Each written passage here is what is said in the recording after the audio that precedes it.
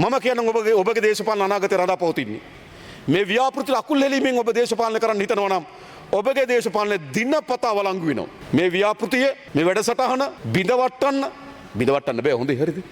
බාධා කරන්න අකුල් හෙලන්න කටයුතු කරන දවසක් පාසා තමුන්නාන්සලගේ දේශපාලන අවලංගු වෙනවා. දේශපාලන අවලංගු වෙනවා. ඔබට තියෙන අන් කවරක්වත් නෙවෙයි. මේක තමයි තියෙන පාර. මේක තමයි තියෙන ගමන් මාවත. මේ ගමන් මාවත සඳහා දිරිදීම සහ ඒ අරා දේශපාලනය තමයි ඔබට ඉතුරු වී තිබෙන පාර. අද කියන්නේ වෙන පාරක් නෑ මතක තබා ගන්න. මීට වඩා හොඳ දෙයක් මට කියන්න. මීට වඩා යහපත් දෙයක් මට කියන්න. මීට වඩා වෙනස් විතු දෙයක් මට කියන්න. ඔබට නෑ. ඔබට ඉතුරු වී තිබෙන එකම දේශපාලනය මේට ආශිර්වාද කිරීම සහ මේට අනුගත වීම පමණයි.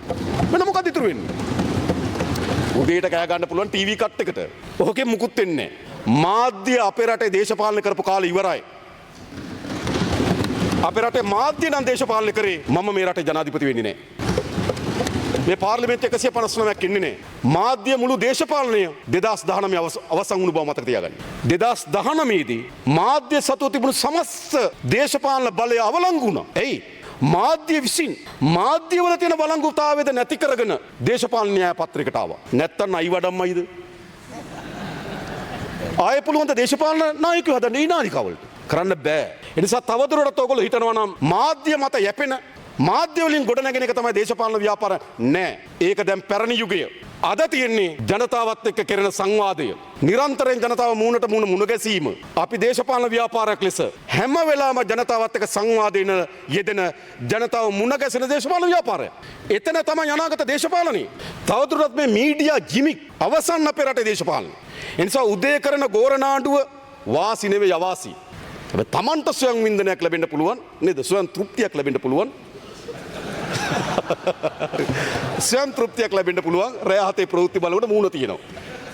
Tamanට විතරයි. සමහරට ගෙදර අයටත් එපා වෙලා ඇති. කියනවා අපුවාම. හරිද? මම දන්නවා සමහර කියනවා අපෝ ගෙදර අයත් අහන්නේ නැති මොනවද මේ කියන්නේ කියලා. මතක තියාගන්න මේ දේශපාලන යුගය ඉවර ඒ දේශපාලන යුගයේ තාමත් අපේ රටේ යථාර්ථය නම් අපි බලයට එන්නේ නැහැ. හොඳට තේරුම් ගන්න. මුළු පරිවර්තනය සිද්ධ වෙලා තියෙන්නේ. ඒ පරිවර්තනයට තමුන්නාන්සලා එන්නේ නැතුව අර පැරණි දේශපාලනයම පැරණි මාවතම පැරණි කතාවම නම් තමුන්නාන්සලා තියෙන්නේ. මා අයවැය ලේඛන ඉදිරිපත් නේද එදා ආරක්ෂක අමාත්‍යාංශ කතාවේ තිබ්බ තමුන්නාන්සලා දේශපාලනේ පොසිල